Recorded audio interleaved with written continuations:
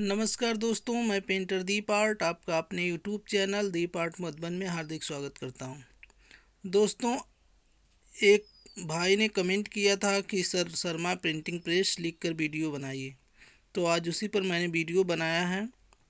उम्मीद करता हूं कि इस वीडियो से आप लोगों को काफ़ी हेल्प मिलेगी। जैसा कि आप लोग जानते ही हैं कि हमारे चैनल पर नए नए तरीके से लिखना सिखाया जाता है।